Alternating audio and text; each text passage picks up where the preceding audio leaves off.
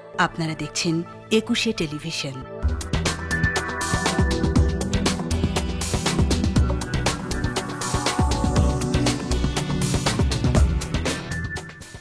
আমন্ত্রণ জানাচ্ছি প্রিয় দর্শক। ২১ রাতে বিএনপি প্রতিষ্ঠাতা এবং সাবেক রাষ্ট্রপতি জিয়াউর রহমানের জন্মবার্ষিকী ১৯শে জানুয়ারি।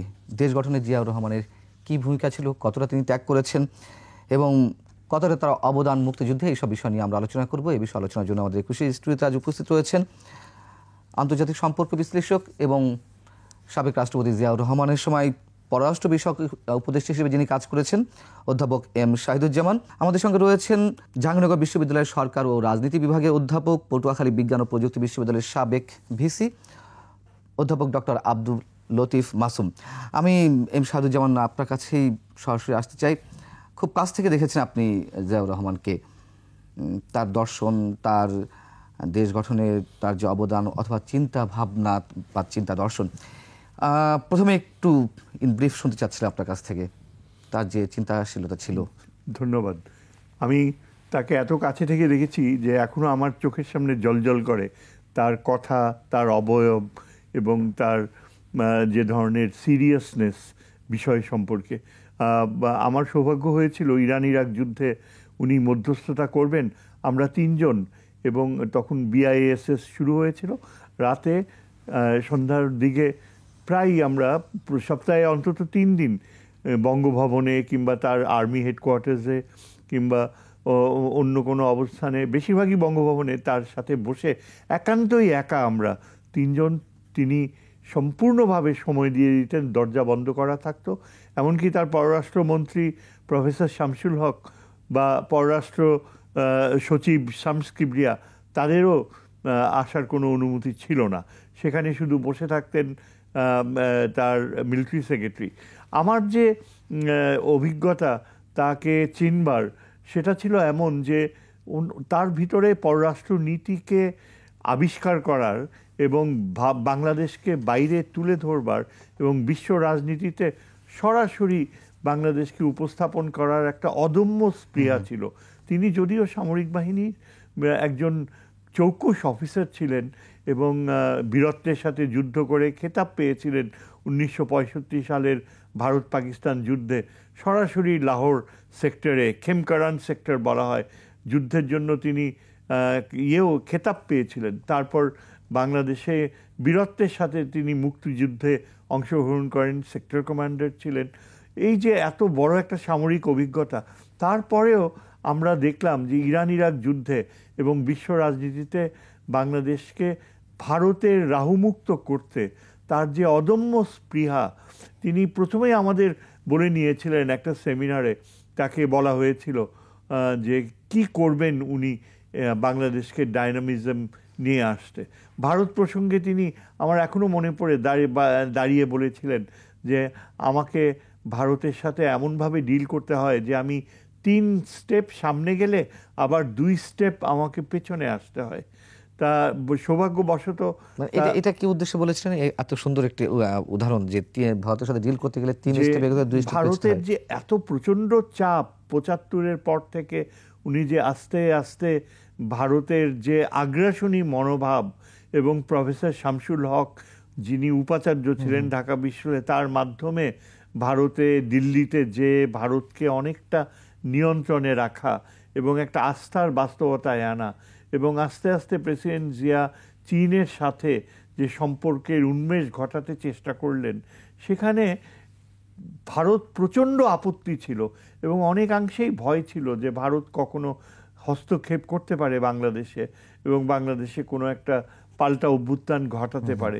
সেরকম বাস্তবতা যাতে না ঘটে, সেই জন্য প্রেসিডেন্ট জিয়াকে প্রচণ্ডভাবে সচেতন একজন শিক্ষানবিশের মতো থাকতে হয়েছে। তিনি সরাসরি নতুন করে দল গঠন করার আগে তিনি এমন এমন লোক খুঁজে আনলেন যারা ওই আওয়ামী ঘরানার বাইরে থাকবে, যারা আওয়ামী ঘরানায় যে দেশকে যে সর্বনাশের পথে নিয়ে গিয়েছিল শেখ মুজিব, যার কারণে তাকে জীবন দিতে হয়েছে, সেই সর্বনাশা বাস্তবতা থেকে বের হয়ে এসে বাংলাদেশের আভ্যন্তরীণ রাজনীতিতে তাকে প্রচণ্ডভাবে একটা একেবারে অরিজিনাল অ্যাপ্রোচ নিতে হয়েছে। এই অর্থেই তিনি বলেছেন যে আমি 3 পা সামনে গেলে ভারতের চাপে আমার কারণে আমাকে 2 পা আবার পেছনে যেতে হয়। যাই হোক, উনি কতখানি ওরকম একটা সময় 78-79-এর দিকে যদি তাকাই, ততদিনে তিনি যথেষ্ট কনসলিডেট করেছিলেন নিজেকে। কিন্তু তারপরও দেখেন তার কতখানি ক্রিয়েটিভিটি ছিল যে এই চিন্তা করতে পারলেন যিনি সার্ক, সাউথ এশিয়ান অ্যাসোসিয়েশন, যেখানে দক্ষিণ এশিয়ার দেশগুলো একত্রিত হয়ে তারা একটা কালেকটিভ চাপ দেবে, অর্থাৎ আমাদের এই অঞ্চলে মাল্টিল্যাটারাল ডিপ্লোমেসি, যেটা কোনোভাবেই ভারত অ্যালাউ করতো না। কারণ ভারতের যে একচ্ছত্র অবস্থান এই সাবকন্টিনেন্টে, পৃথিবীর আর কোথাও এরকম অদ্ভুত বাস্তবতা ছিল না। পাকিস্তানের উপর তার প্রচণ্ড ক্রোধ এবং পাকিস্তানকে দানবীয় একটা রূপে প্রজেক্ট করা, পাকিস্তানের দ্বিখণ্ডিত হওয়ার পরেও তাকে চরমভাবে পদদলিত করার স্পৃহা, এবং আশেপাশের ছোট ছোট দেশ ইনক্লুডিং বাংলাদেশকে একেবারে বলতে গেলে নিয়ন্ত্রণের মধ্যে রাখা, এই যে বাস্তবতা, যার কারণে দক্ষিণ এশিয়া কখনো একটা রিজিয়ন হিসেবে ডেভেলপ করেনি। কোনো যোগাযোগ ছিল না, কোনো সরাসরি ট্রেন বা রোড কানেকশন ছিল না, যেখানে ইউরোপ, দক্ষিণ পূর্ব এশিয়া, এমনকি সেন্ট্রাল এশিয়া, মিডল ইস্টেও বিভিন্ন দেশে সরাসরি যোগাযোগ, গাড়ি নিয়ে যেত মানুষ, ট্রাভেল করতো সরাসরি, ভিসা প্রথাও প্রায় চলে গিয়েছে। সেখানে দক্ষিণ এশিয়াতে ভারতের কারণে সমস্ত রকমের নিয়ন্ত্রণ, এক দেশ আরেক দেশের সাথে যোগাযোগ নাই। সেরকম পরিস্থিতিতে জিয়াউর রহমান এই সার্কের আইডিয়া আনলেন। আমি সার্কের বিষয়ে আসবো, আমি সার্কের বিষয়ে স্পেশালি আপনার কাছে প্রশ্ন থাকবে। আমি একটু আব্দুল লতিফ মাসুম, অধ্যাপক আব্দুল লতিফ মাসুম, আপনার কাছে আমার প্রশ্ন যে আপনি নিজেও সাবেক রাষ্ট্রপতি জিয়াউর রহমানের উপরে ডক্টরেট করেছেন, military politics in third world, case study of Ziaur Rahman in Bangladesh আপনার সাবজেক্ট ছিল। এটাই মানে একটু ভিন্ন আঙ্গিকে আলোচনা করতে চাচ্ছি। এই বিষয়ে গবেষণা করতে গিয়ে আপনি ডিফারেন্ট কিছু পেয়েছেন জিয়াউর রহমান সম্পর্কে, দেশ গঠনে তার যে ভূমিকা, সেটি বিষয়ে যদি মানে একেবারে ডিফারেন্ট যদি কিছু পেয়ে থাকেন, অনেক কিছুই তো অজানা আমাদের ইতিহাস সম্পর্কে। অবশ্যই যে কোনো পিএইচডি গবেষণা বা সাধারণ গবেষণা এটা এটা নৈর্ব্যক্তিক হতে হবে, বস্তুনিষ্ঠ হতে হবে, সেটা আমরা বুঝি।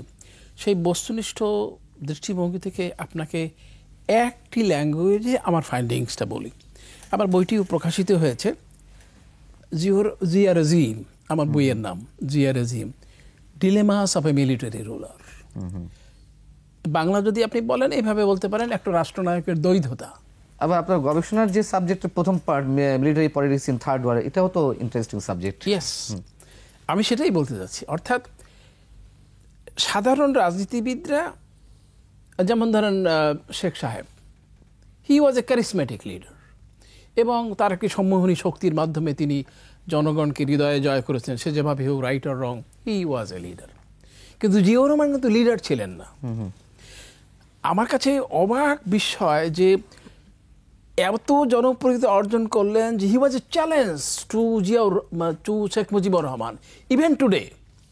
ওই যে উত্তরাধিকার সূত্র যদি আপনি ধরেন, তো প্রথম কথাটাই হলো যে ওই যে শেক্সপিয়ারের কথাটা আমরা বলি না, এইভাবে আমরা বলি যে কিছু কিছু লোক তার মহত্ব বা তার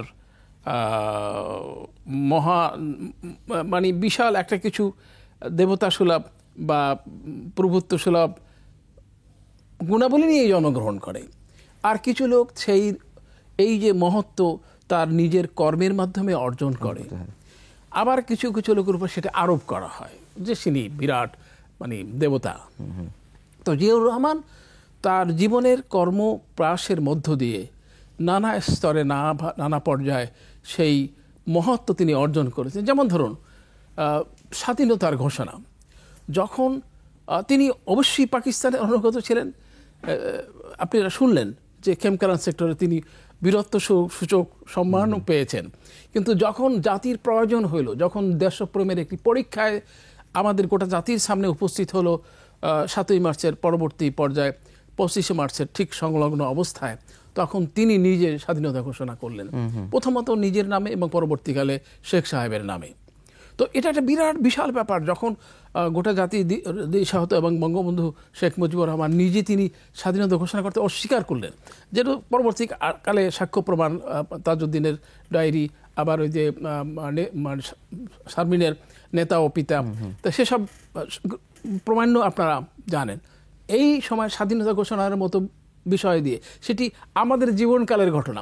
আমি 71 সাল দেখেছি, আমি এখন 2025 সালে অবতীর্ণ। সুতরাং এই ঘটনাটি লিভিং স্টোরির মধ্যে আমাদের চোখের সামনে উপস্থিত রয়েছে। সুতরাং জিয়াউর রহমান আবার আরেকটি সংকটের মুখোমুখি হলেন।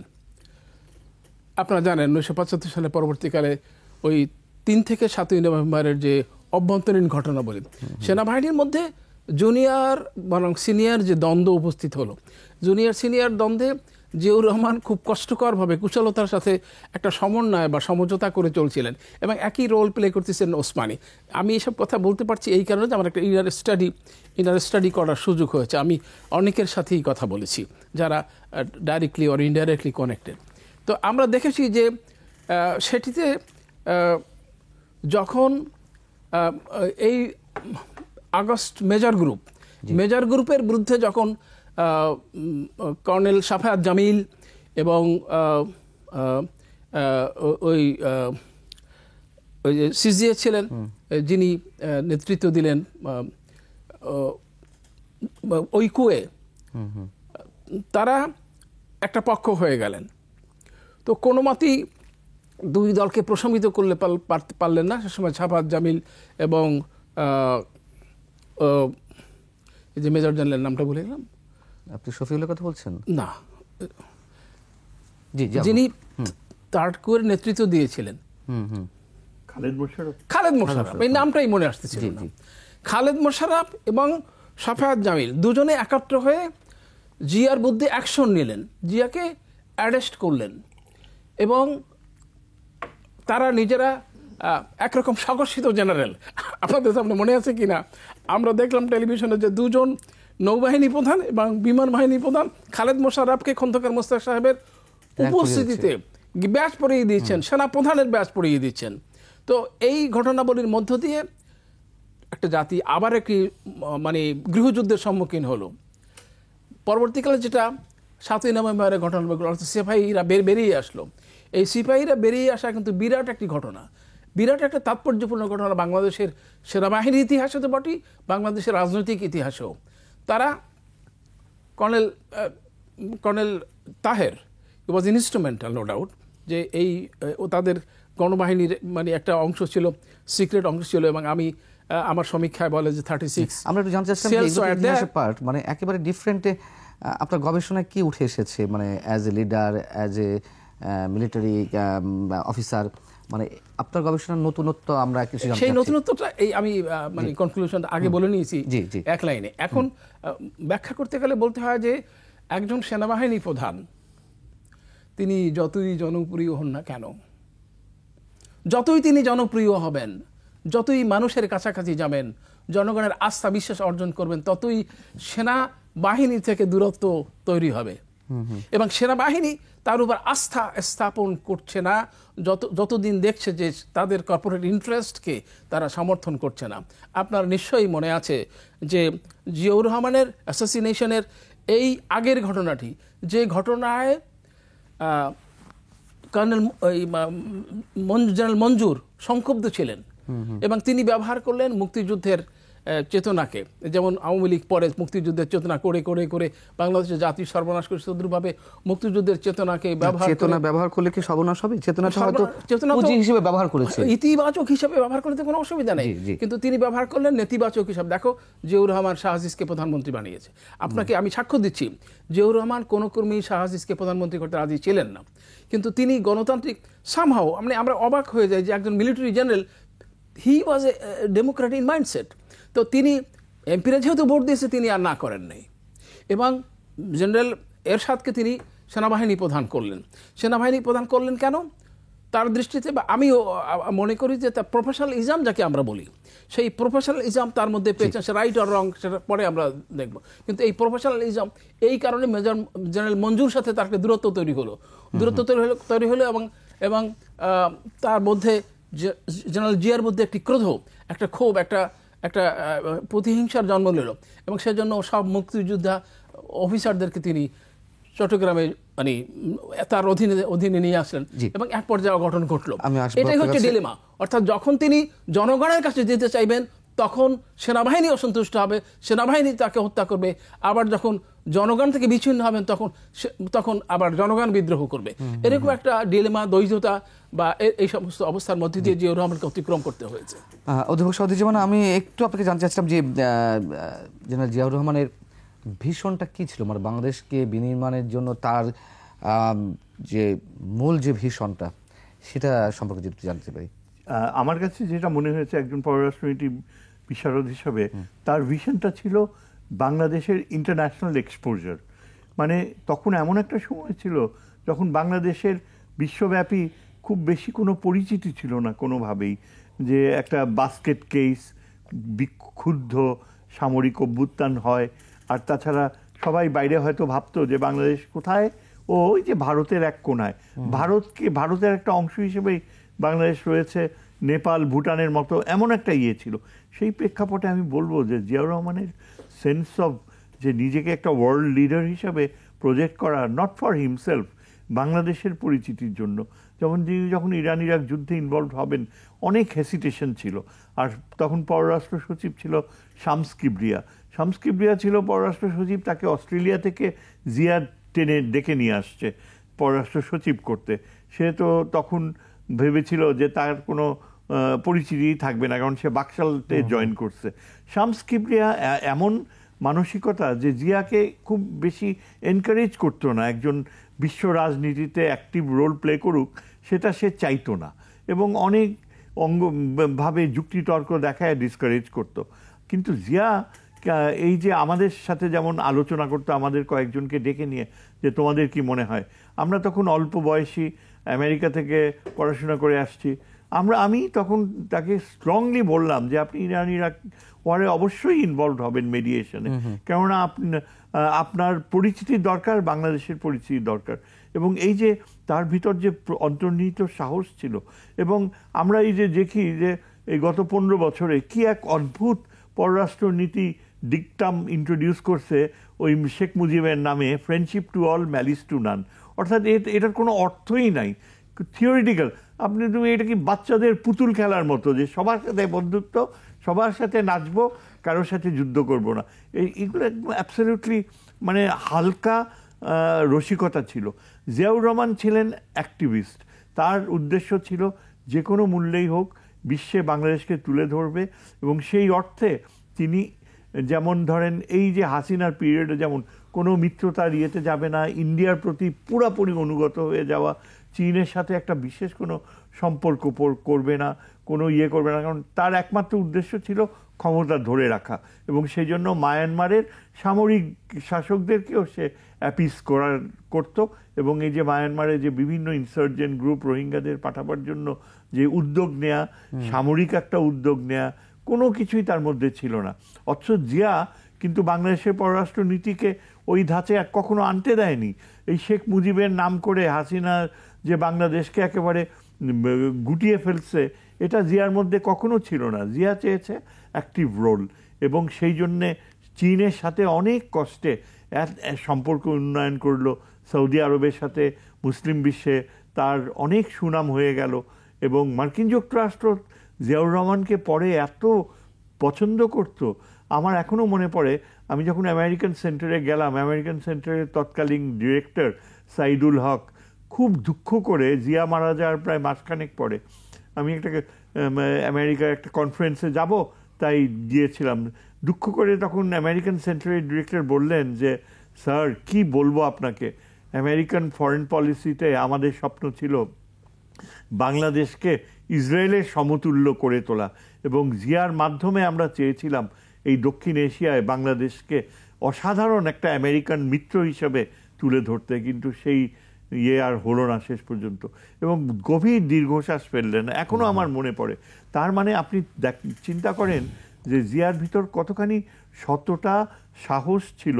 যে ইন্ডিয়ান ফরেন মিনিস্টার কে ছিল জানেন? সবচেয়ে কট্টরপন্থী এই বিজেপির যে ফাদার ফিগার অটল বিহারী বাজপেয়ী।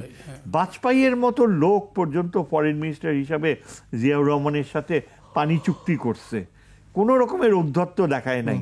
এবং বাজপেয়ী এতখানি রেসপেক্ট করতো প্রেসিডেন্ট জিয়াকে যে ডেকে বলে যে আমরা বাংলাদেশের সাথে সমতার ভিত্তিতে চলবো, সততার ভিত্তিতে চলবো, এবং আপনাদের যে পানির উপর যে অধিকার, সেই অধিকার আমরা মেনে চলবো। সেই তুলনায় আপনি পানি দেখেন চুক্তি বলতে কোন চুক্তি? ওই যে ফারাক্কা চুক্তি, আচ্ছা। ফারাক্কা আপনি দেখেন এখন যে কিভাবে তিস্তার প্রশ্নে চুক্তি সই করার পরেও এই হাসিনাকে মোদি পাত্তাই দেয় না। পানি দেয়া তো দূরের কথা, পানির নামে যেরকম ভণ্ডামি। তারপর দেখেন ওই সময় কিন্তু ভারতের প্রেসিডেন্ট কে ছিল? নীলাম সঞ্জীব রেড্ডি। আজকে ভারত কিন্তু স্বীকার করে না, ওই হাসিনার পাল্লায় পড়ে করে না, কিন্তু তখন নীলাম সঞ্জীব রেড্ডি সরাসরি জিয়াউর রহমানকে যখন রিসিভ করছে দিল্লিতে, তাকে স্বাধীনতার ঘোষক হিসেবে নিজের স্পিচে ঘোষণা করছে, that you are the one who declared the independence of Bangladesh. সরাসরি। তার মানে একজন ভারতের প্রেসিডেন্ট যখন এই কথা বলে ওই আমাদের জিয়ার সামনে, যে কতখানি সত্য সেখানে রয়েছে সেটা বোঝা যায়। কাজেই এইসব চিন্তা করলে দেখা যায় যে জিয়াউর রহমান কিন্তু অ্যাক্টিভিস্ট ছিল। আজকে আমরা যদি সেই তুলনায় বিএনপির ফরেন পলিসির দিকে তাকাই, আমার খুব অবাক লাগে একটা রিফ্লেকশন করতে। যেমন ধরেন যে বিএনপির সেক্রেটারি একটা প্রেস কনফারেন্সে একবার বলেও বসছে যে বিএনপি ক্ষমতায় আসলে এমন কোনো নীতি গ্রহণ করবেন না যেটা ভারতের নিরাপত্তার জন্য হুমকি হয়। এটা কেমন কথা? এই কথা তো আওয়ামী লীগের মুখে মানায়। আমরা কি চাইবো কারোর জন্য নিরাপত্তা হুমকি দাঁড়াতে? ভারতের নিরাপত্তার জন্য খারাপ কিছু বলেছেন না, আমরা কি কারোর জন্য নিরাপত্তার হুমকি দাঁড়াবো? হুমকি হব না, কিন্তু আমাদের তো নিরাপত্তার কথা চিন্তা করতে হবে। এখন ভারত যদি বলে যে আপনি চীনের সাথে সম্পর্ক করবেন না, আপনি চীনের সাথে তিস্তা চুক্তি করবেন না, আমাদের নিরাপত্তা হুমকি হয়, কাজেই তাইলে কি বিএনপিও তাই করবে নাকি? আমাদের প্রশ্ন। আমরা স্বাধীনভাবে চিন্তা করব। ফিরবো, আলোচনায় ফিরবো। যেহেতু আপনারা দুজনেই অধ্যাপক, দুজনেই শিক্ষার সঙ্গে জড়িত, আমরা একটু জানতে চাইবো অধ্যাপক আব্দুল লতিফ, রাষ্ট্রপতি জিয়াউর রহমানের শিক্ষা দর্শন, জাতির জন্য শিক্ষা বিষয় তার নিশ্চয়ই অনেক কিছু আছে। আমরা জানি যে শিক্ষা খাতকে যে একটা অধিকার খাত হিসেবে গ্রহণ করা হয়েছিল, সেই বিষয়টা জানতে চাইবো। বৃত্তিমূলক কৃষি কিংবা বৃত্তিমূলক কারিগরি শিক্ষা। আমি আলোচনায় ফিরবো, একটা ছোট্ট বিরতির পরে আসছি আপনার কাছে ফিরবো। দর্শক ফিরছি একটা ছোট্ট বিরতির পরে।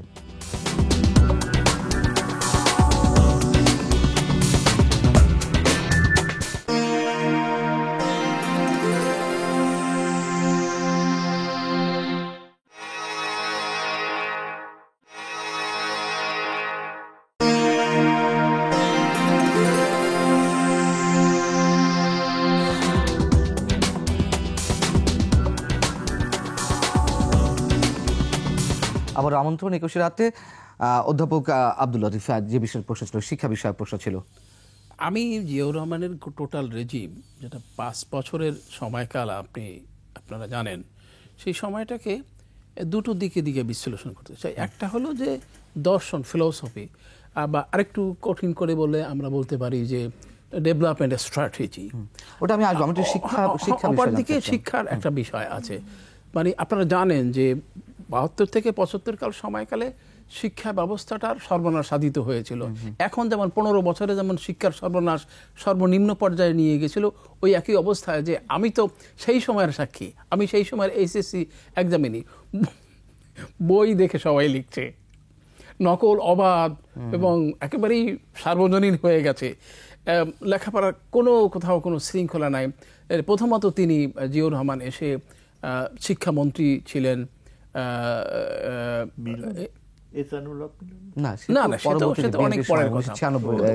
ওই সময় আমার যতটা মনে পড়ে, সৈয়দ আলী হাসান বা এর আগে শামসুল হক সাহেব শিক্ষামন্ত্রী ছিলেন, পরবর্তী পররাষ্ট্রমন্ত্রী। অর্থাৎ এমন সব ব্যক্তিদেরকে, যেটা মানে শহীদুজ্জামান বললেন যে ট্যালেন্টস হান্টিং এর যে ব্যাপারটি, অর্থাৎ দেশের সর্বপর্যায়ের একটা মেধার সমষ্টি তিনি ঘটিয়েছিলেন।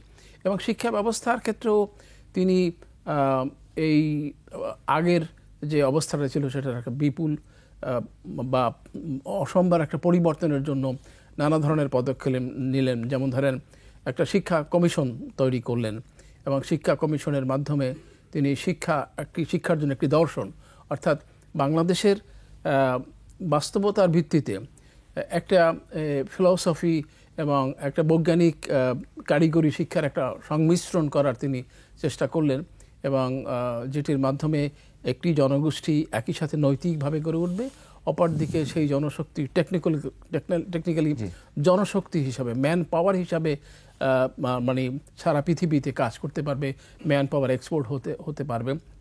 এবং তিনি ওই যে দলীয় ভিত্তিতে যে ভাইস চ্যান্সেলর নিয়োগের যে প্রথা বা অনুকরণ যেটা আওয়ামী লীগ আমলে হয়েছিল সেটি বাদ দিয়ে ভালো ভালো মানুষকে, বড় বড় বিদ্বান ব্যক্তিদেরকে তিনি বিশ্ববিদ্যালয়ের উপাচার্য করলেন।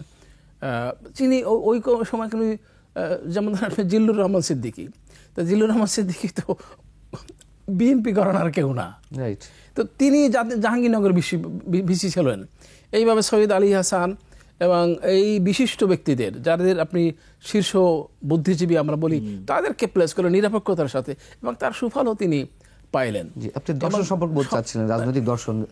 রাজনৈতিক দর্শনটা হিসাবে আমরা অবাক হয়ে যাই যে একজন সেনাবাহিনীর, আমরা তো সোলজার টার্ন পলিটিশিয়ান বলি তাকে, তো সেই সোলজার টার্ন পলিটিশিয়ান কিভাবে গোটা জাতির জন্য একটা দর্শন দিলেন।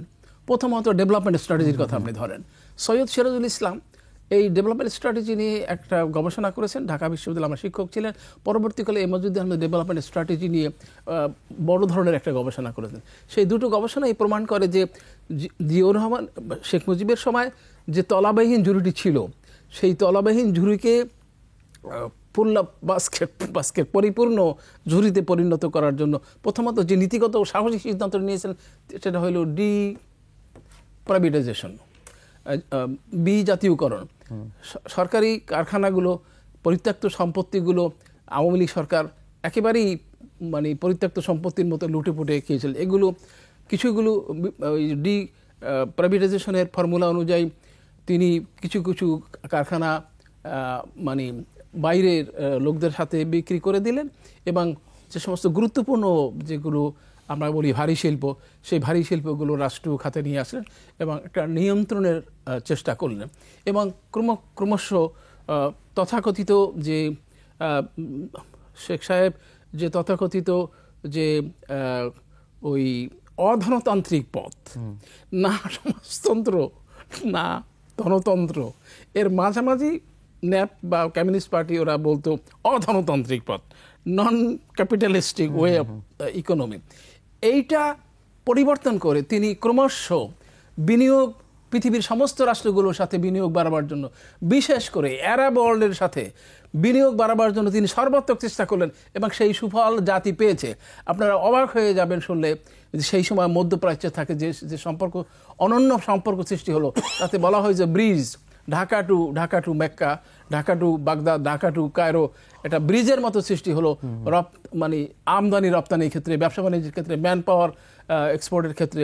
এবং সেইভাবে আবার সেখানে তিনি শিল্প বিপ্লবও ঘটালেন।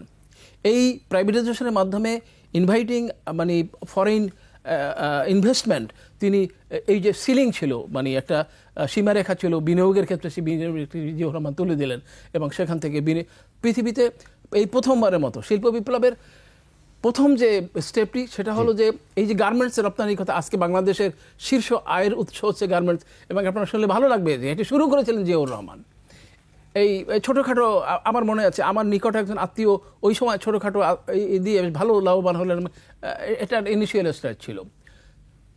এই যে বললাম সমস্ত কারখানাগুলোকে এইভাবে নেওয়া, এবং সেই সাথে কৃষি বিপ্লব, মানে এখন স্তুতিকারের মতো বললে মানুষ বলবে যে বেটা এই স্তুতি বলে, প্রশস্তি গায়, কিন্তু অবাক হওয়ার মতো কাণ্ড। তিনি শিল্প বিপ্লবের সাথে কৃষি বিপ্লব ঘটালেন। কি কৃষি বিপ্লব? তিনি খাল কাটলেন, তিনি সার সরবরাহ করলেন, তিনি মানে হেঁটে হেঁটে সেই যে লং মার্চের মতো হেঁটে হেঁটে কৃষকের বারান্দায় গিয়ে তিনি জিজ্ঞাসা করতেন যে আপনার বাড়িতে কি মুরগির ডিম আছে, আমাকে এখন কি খাওয়াবেন। মানে অদ্ভুত সব মানে কাণ্ড কারখানা। তিনি একটা উন্নয়নের একটা চেতনা, উন্নয়নের একটা প্লাবন সৃষ্টি করেছিলেন। যে জাতি মানে ফ্যামিলি প্ল্যানিং করবে না, এ ধর্মের ভিত্তিতে যাদের অসুবিধা, তিনি জনসভায় হাত উঁচু করে বলেছে যে এই এটা গ্রহণ করতে হবে, কে সবাই হাত জায়গায় পরিকল্পনা গ্রহণ করবেন। শিক্ষার ক্ষেত্রেও একই অবস্থা, যে আমার এখনো মনে আছে, আমি তখন ক্যাডেট কলেজে মানে কর্মরত ছিলাম। আপনি দেখেন সেইখানে ক্যাডেট কলেজের মানে সবার জন্য একটা বাধ্যতামূলক এসএসসি পরীক্ষার আগে 3 মাস ওই গ্রামের লোকদেরকে শিক্ষা দিতে হবে নিরক্ষরতা দূরীকরণের পরিকল্পনার মোতাবেক। তো এই যে শিল্প বিপ্লবের কথা বললাম, কৃষি বিপ্লব বললাম, শিক্ষা বিপ্লব বললাম, একটা মানুষের মধ্যে এবং সবচেয়ে আমার কাছে গুরুত্বপূর্ণ হচ্ছে সে আদর্শিক বিপ্লব। কি আদর্শিক বিপ্লব? আমরা ওই আগের যে 72 সালের সংবিধান অনুযায়ী আমরা 4টি জাতীয়তাবাদের মধ্যে সীমাবদ্ধ রেখেছেন। অনেকে সেটাকে ওই যে মাজহারুল ইসলাম গং তারা এটাকে মুজিববাদ বলতো। তো এই মুজিববাদ একটা জগাখুজির ব্যবস্থা, মানে অবিশ্বাস্য একটা অবস্থা। আপনি গণতন্ত্র, সমাজতন্ত্র মানে এবং ধর্মনিরপেক্ষতাবাদ, জাতীয়তাবাদ সব একসাথে মিশ্রণ করলেন। এই মিশ্রণের যে এটা একটা জগাখুচুরি অবস্থা, সেই জগাখুরি অবস্থা থেকে তিনি he could feel the pulse of the people. তিনি যেভাবে ইসলামী আদর্শ মানে এবং মূল্যবোধকে প্রতিষ্ঠিত করলেন, বিসমিল্লাহ সংযোজন করলেন, আল্লাহর প্রতি গভীর আস্থা ও বিশ্বাস স্থাপন করলেন। এবং আপনার শুনে ভালো লাগবে যে পররাষ্ট্রনীতিতে শাহিদুজ্জামান ভাই যেটা সুন্দর করে ব্যাখ্যা করলেন, ওটাকে সাংবিধানিক বাধ্যবাধকতা দিয়েছিলেন। মধ্যপ্রাচ্যের সাথে, মুসলিম বিশ্বের সাথে বাংলাদেশের সম্পর্ককে তিনি সাংবিধানিক বাধ্যবাধকতা প্রদান করেছিলেন, এভাবে দেশকে শুধুমাত্র দেশকে এগিয়ে নেওয়ার জন্য। সেই জায়গা থেকে অধ্যক্ষ শাহিদুজ্জামান আপনি বলছিলেন যে সার্ক গঠনের বিষয়টি এবং এই উপমহাদেশে ভারতের যে আধিপত্য সেটাকে ব্যালেন্স করার জন্য তিনি এটি করতে পেরেছিলেন। সেটি কেন মুখ থুবড়ে পড়লো এবং তার অ্যাকচুয়াল ভিশনটা কি শুধুমাত্র ভারতের সাথে অন্যান্য যে কান্ট্রিগুলো রয়েছে, নেইবার কান্ট্রি, তাদের মধ্যে একটা ভারসাম্যপূর্ণ বৃত্তি বজায়ের জন্য করেছেন নাকি অন্য কোনো উদ্দেশ্য ছিল? মূলত ভারতকে টেনে আনা, যে ভারত যে সবসময় চায় যে দ্বিপাক্ষিক সম্পর্কের মাধ্যমে ভারত এক একটা দেশের উপর তার ইচ্ছা চাপিয়ে দেবে এবং পররাষ্ট্র নীতিকে সংকুচিত করে দেবে অন্যান্য দেশগুলোর, এবং বাংলাদেশ সহ আমাদের সামরিক সামর্থ্য গড়ে তোলা, সেটা ভারত সম্পূর্ণভাবে বাধা দিত। অর্থাৎ এক দেশের সাথে আরেক দেশের যোগাযোগ খুলে দেয়া। এই যে ভারত বারবার বলে আসতো যে সন্ত্রাসবাদ, পাকিস্তানকে সন্ত্রাসী রাষ্ট্র হিসাবে করা, এর মূলে তো সন্ত্রাসবাদের মূল চালিকা শক্তি ছিল ভারত। জিয়াউর রহমান কিন্তু সেটা অনুধাবন করতে পেরেছিলেন। চরম বর্ণ বৈষম্যবাদ নিজের দেশে, আর তখন কিন্তু ন্যাশনালাইট মুভমেন্ট প্রচণ্ড শক্তিশালী ছিল। হ্যাঁ, ওয়েস্ট বেঙ্গল শুধু না, বিহার, এই যে অন্ধ্রপ্রদেশ থেকে নিয়ে তেলেঙ্গানা, সমস্ত অঞ্চলে মাওয়িস্ট যে রিবেলিয়ন এবং ভারতের অভ্যন্তরে যে নিম্ন জাতিগোষ্ঠীগুলোর স্বাধীনতা, তখন তো এটা সর্বস্তরে ভারতে প্রচারিত ছিল যে ভারত মোটেও স্বাধীন নয়, ভারতের বিশাল যে জনশক্তি তারা এখনও পরাধীন, ব্রাহ্মণ্যবাদের অধীনে একটা নিয়ন্ত্রিত রয়েছে। জগজীবন রামের কথা আমরা শুনতাম তখন, যে কি জানি যে নিম্ন জাতির লোক তফসিল কবি ভি প্রধানমন্ত্রী নাই হোনে সকতা, যে নিজের জাতির লোক কখনো ভারতের প্রধানমন্ত্রী হবে না।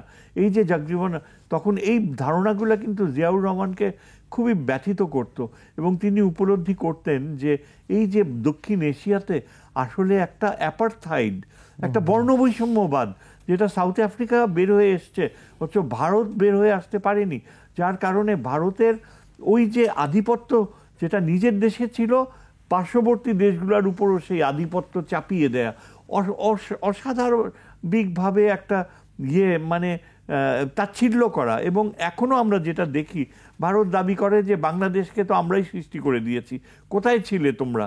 অথচ আমরা জানি জিয়াউর রহমান কতখানি সচেতন ছিলেন একজন মুক্তিযোদ্ধা হিসাবে, কতখানি জীবনের ঝুঁকি নিয়েছিলেন তিনি এবং অন্যান্য এই যে মুক্তিযোদ্ধারা। তার ওই কনফিডেন্সটা ছিল, সেজন্যই তিনি পারতেন এই যে ধর্মের ভিত্তিতে ধর্মকে প্রাধান্য দেয়া, সামনে আনা। তার প্রচণ্ড ইতিহাস বোধ ছিল। তিনি ওই যে চিরং ইউনিভার্সিটির তৎকালীন ভাইস চ্যান্সেলর সাহেব ছিলেন আবুল ফাজল, তারপর অন্যান্য যারা ইসলামী চিন্তাবিদ বড় বড়, তাদের ডেকে আনতেন। আমাদের সাথে কথা বলার সময় তিনি প্রায়ই বলতেন যে আমাদের আইডেন্টিটি খুঁজতে হবে, আমাদের আইডেন্টিটি তো এত ঠুনকো না। তিনি সরওয়ার্দীর সম্পর্কে জানতে চাইতেন, ফজলুল হক সম্পর্কে, শেরে বাংলার যে কন্ট্রিবিউশন ছিল, যে শেরে বাংলা যে তার অধীনে স্বয়ং জওহরলাল নেহেরু তার প্রাইভেট সেক্রেটারি ছিল। এটা একবার আমার মনে পড়ে, জিয়াউর রহমান সাহেব অবাক হয়ে তাকিয়েছিলেন কয়েক সেকেন্ড। তিনি প্রচণ্ডভাবে সচেতন ছিলেন যে আমাদের যে ইতিহাস, সুলতানেট অফ বেঙ্গল, এই যে সুলতান শামসুদ্দিন ইলিয়াস শাহ, যিনি রামায়ণকে বাংলায় ট্রান্সলেট করাইছিলেন, বাঙালিত্ব, বাংলা ভাষায় মুসলমানের যে অবদান, সেটা যে কত বড় করে তুলে ধরছে, আমরা শেষ পর্যায়ে প্রায় সেই অ্যাসপেক্টগুলো জিয়াউর রহমানকে পুলকিত করত, এবং এই জিনিসগুলোই কিন্তু আজকে আমরা দেখি না। আজকে আমরা আব্দুল লতিফ, আপনার কাছে সংক্ষিপ্তভাবে একটু জানতে চাই যে সরকার ও রাজনীতি বিভাগে একজন অধ্যাপক হিসেবে, একজন গবেষক হিসেবে, রাষ্ট্রনায়ক হিসেবে জেনারেল জিয়াউর রহমান কতটুকু সফল ছিলেন আপনার দৃষ্টিতে? আমি মনে করি তিনি শতভাগ সফল। শতভাগ সফল এই কারণে যে তিনি গভর্নেন্স যেটাকে বলি, রাষ্ট্রের ব্যবস্থাপনা, ম্যানেজেরিয়াল দিকটা যেমন শক্তপোক্ত করেছেন, তার সময় দুর্নীতির অভিযোগ তেমন উত্থাপিত হয়নি, এবং যোগ্য যোগ্য লোক, এই যে আপনি শুনলেন আবুল ফজলের মতো লোক ভাইস চ্যান্সেলর ছিলেন, অ্যাডভাইজাররা মানে সেই শফিউল আজমের মতো লোকেরা যারা সততার দিক থেকে, তার পেশাগত দিক থেকে, মানে তার নৈতিকতার দিক থেকে সমৃদ্ধ ছিলেন, তাদেরকে তিনি প্রশাসনে অ্যাডভাইজার করেছিলেন। অপর দিকে তিনি এমন তত্ত্ব বা এমন জাতীয় ঐক্যের স্থাপনা দেখিয়েছেন, প্রমাণ দেখিয়েছেন, যে বাংলাদেশি জাতীয়তাবাদের মতো একটা একটা একটা সামগ্রিক পরিচয় দ্বারা হিন্দু, মুসলমান, বৌদ্ধ, খ্রিস্টান, সমতল, অসমতল, পাহাড়ি, অপাহাড়ি সবগুলোকে এক পরিচয় নিবদ্ধ করছে। বিরাট বিরাট ব্যাপার, বিশাল ব্যাপার। এবং আমি মানে সবচেয়ে যে কথাটি বলে শেষ করতে চাই, যদি সময় শেষ হয়ে থাকে, তাহলে বলতে পারবো, আমি বলছি গোটা জাতির সামনে, ভবিষ্যৎ যারা রাষ্ট্র পরিচালনা করবেন তাদের কাছে আমাদের আবেদন, জিয়াউর রহমানের সততা, জিয়াউর রহমানের আদর্শ দেশপ্রেমকে অনুসরণ যদি আমরা করতে পারি, সকল অধ্যাপক শাহিদুজ্জামান, জিয়াউর রহমানের যে লক্ষ্য উদ্দেশ্য এবং তার যে ভীষণ মিশন বা আদর্শ ছিল, সেটি তার নিজের দল বিএনপি কতটা ধারণ করতে পারছে, একেবারে ছোট করে যদি বলেন। আসলে আমি দুঃখের সাথে বলতে হয়, পারছে না। জিয়াউর রহমান বিশাল ছিলেন এবং তার প্রচণ্ড কনফিডেন্স ছিল। সেই তুলনায় এখন এই যে বিএনপির এইসব নেতাদের মনে হয়, আমার কাছে এত ঠুনকো মনে হয়, এত অপ্রাসঙ্গিক মনে হয়। তা আমার কাছে মনে হয় যেন তারা জিয়াউর রহমানের সম্পর্কে যে সেই গ্রেটনেস, ডাইনামিজম, সেগুলো আমাদের জানা প্রয়োজন। তারা এরা ওই আওয়ামী লীগের ইয়েকেই ডুপ্লিকেট করতেছে। আমার কাছে এদেরকে মনেই হয় না যে জিয়াউর রহমানের বিএনপি। অনেক ধন্যবাদ অধ্যাপক শাহিদুজ্জামান, ধন্যবাদ অধ্যাপক আব্দুল লতিফ। দর্শক, শেষ করছি, এই ছিল আজকে আলোচনা, এবং অবশ্যই জিয়াউর রহমানের প্রতি আমাদের শ্রদ্ধা। ভালো থাকুন, শুভরাত্রি।